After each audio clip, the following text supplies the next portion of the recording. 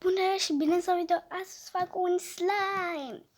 Pentru astăzi vreau să iau o bucată din acest slime mare. Adică a fost mare, numai că l-am folosit pentru alte slime-uri, că da, nu o să-l iau pe tot. Sau nu cred că o să-l iau pe tot, pentru că nu o să-mi ajungă în asta.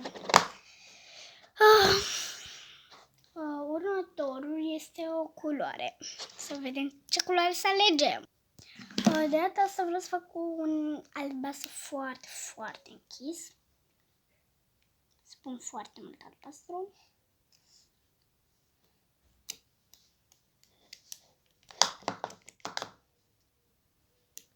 Zic că e destul. O să închid după aia culoare, că poate ne mai trebuie. Pe de asta nu închid de obicei în videouri, pentru că poate o să ne mai trebuiască. Ups. Mamă, câtă culoare e pe mâinile mele. Va fi... Ai, cum se simte. Am mai făcut asta de multe ori, dar nu chiar cu atâta culoare. Ca să se prima zi când pun foarte, foarte multă culoare. Cred că va trebui să luăm un albastru și mai închis. Să-l facem perfect. Să amestec cu lingura, poate nu reușesc. Mă gândeam că pot. Era logic. Ai de cap.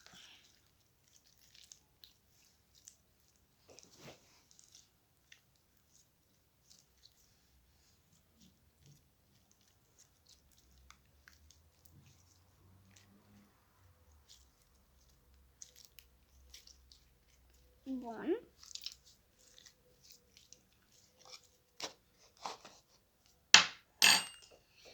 Hai să ne uităm să luăm un albastru mai închis pentru ca să facem perfect. Să fie cum ne-am dorit. Am aici o pungă plină cu culori. Deci o să mă uit pe aici să văd ce culoare să iau. Cât mai închisă. Am găsit una. Nu e foarte închisă, dar tot e albastru. Dar nu o să folosim pe aia. Vreau să caut una mai închisă. Ia să văd eu ce e pe aici. Ce culoare.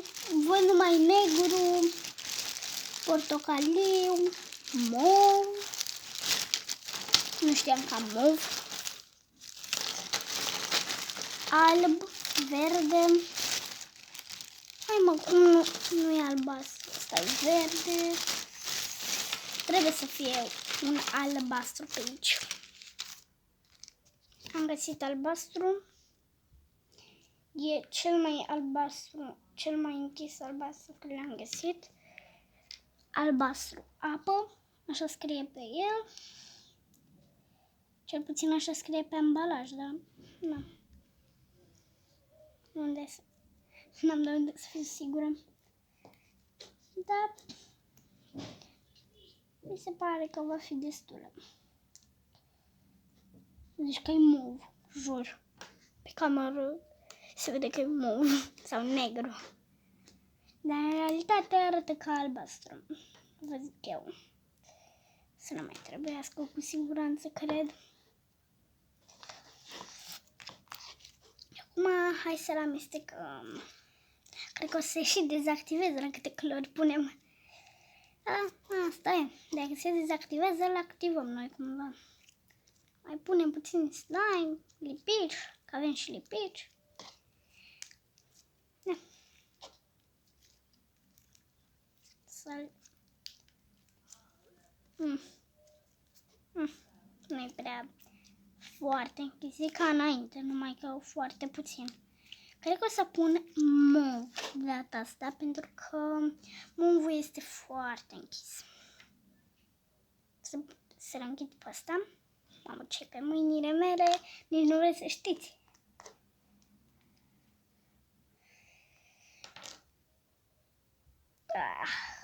Să iau movul. Mov este foarte mult în cutiuța asta, așa că o să pun puțin ca să nu-l închidă. Sau, ba nu, îl pun mai mult. Ăsta e foarte închis la culoare. Am mai făcut eu un video cu mov, dar nu știu dacă l-am postat.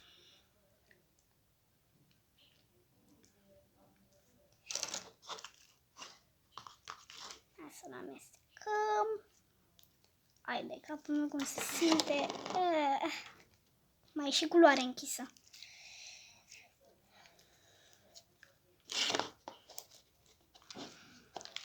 Mai e puțin aici. Bun, să amestec. Păc.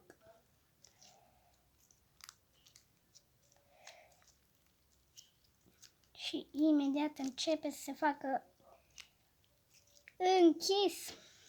Sper că nu o să se facă move, dar cel probabil da, așa că aș vrea să schimb culoarea, că nu prea aș vrea să fie move, dacă înțelegi la ce mă refer. Că ieri am făcut un video cu un slime move, iarăși un slime move. Și de asta zic să nu fie move, dar cel probabil iese move. Nu mai avem șanse, am pus prea mult. Dar și în același timp cred că prea puțin. Să fiu sinceră.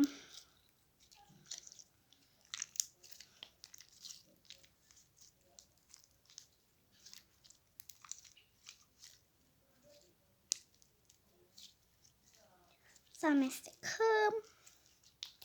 Este foarte moale slime-ul și super mișto. Îmi place super mult. Momentan. Nu s-a întâmplat încă nimic, dar cred că o să las așa, are o culoare destul de frumoasă. E albastru deschis, în același timp am amestecat cu închis. Și acum mai avem move. Perfect. Și acum zic să punem puțină cremă, să fie și mai moale decât e. Nu că deja n-ar fi. Este foarte moale acum, dar să fie și mai moale ne trebuie puțină cremă. Am aici o cremă să-l facă mai moale. Aceasta, neagră. Imediat se termină, deci cred că va trebui să o schimbăm. Și asta care îl face să fie mai jiggly și mai pufos, puțin, foarte puțin mai pufos. Din asta nu o să pun mult, mai este o grămadă din asta. Dar nu o să pun mult pentru că nu vreau să fie foarte jiggly slime-ul. Nu este deloc, momentan, dar va fi. Mai miroase și bine de la ele. Și de asta nu mai pun parfum și de alea, chestii de mirosit. Unii pun, dar eu nu pun.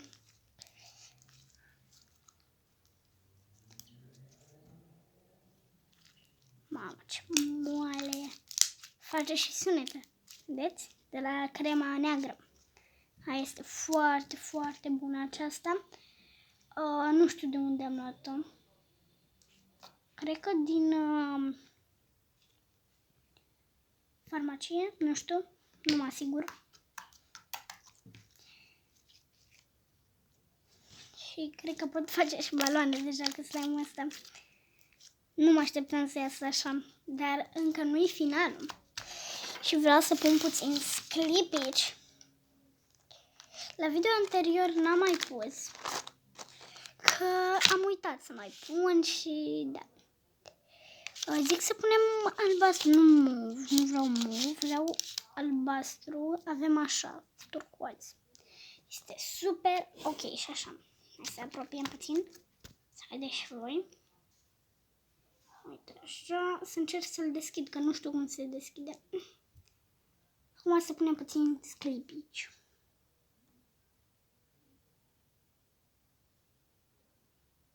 Nu o să pun pe tot pentru că o să-l mai folosim și în alte videouri. Ups, am pus cam mult. Dar este tot ok. Să mai fie mai sclipicios. miroase, așa că nu reușesc să deschid. Pun un bol, că nu reușesc să-l închid. Hai să amestecăm. Jur că se simte ca un nisip kinetic, dar de fapt nu este. Foarte mișto. Face și sunete. Cum am zis, de la cremă. Se fac foarte multe sunete. Este super mișto. Hai să încercăm să facem și un balon, dacă tot am terminat. Hai să încercăm. Nu mai sigur că o să iasă, dar sper din toată inima să iasă. E super mișto slime-ul, îl ador. M-am îndrăgostit. Ups! Mișcă puțin camera. Să las camera, uite așa, ca să vedeți în continuare balonul, nu să vedeți slime-ul, nu e atât de interesant. Se tot rupe. Se chestia.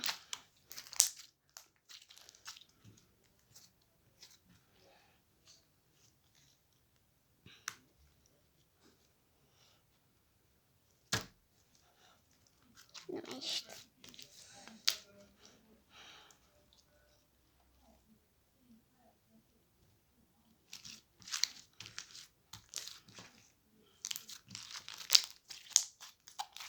Ascultați-mă mai, sunetele astea sunt de plăcute.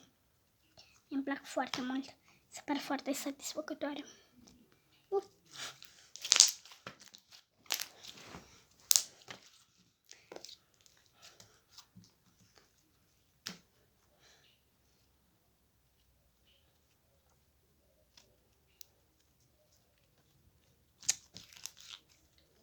Ascultați.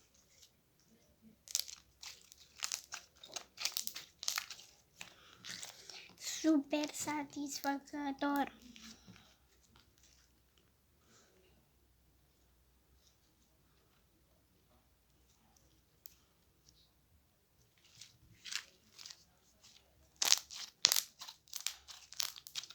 Se rodesc foarte mișto, foarte super tare este acest slime. Nu reușesc să fac balon, dar este extrem de mișto. Hai să mai încercăm ultima oară. Se rupe prea ușor, atâta e problema. Mai trebuie să-i punem ceva cremă, să nu mai se rupă atât de repede. Tot asta negră o punem.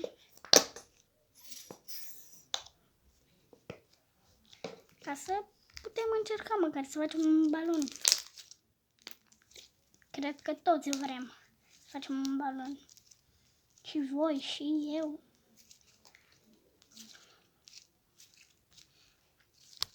Am terminat de amestecat. Hai să încercăm. Acum cred că o să facă și mai mari sunete. Nu mi-a ieșit, dar era, nu mai eram. Era aproape.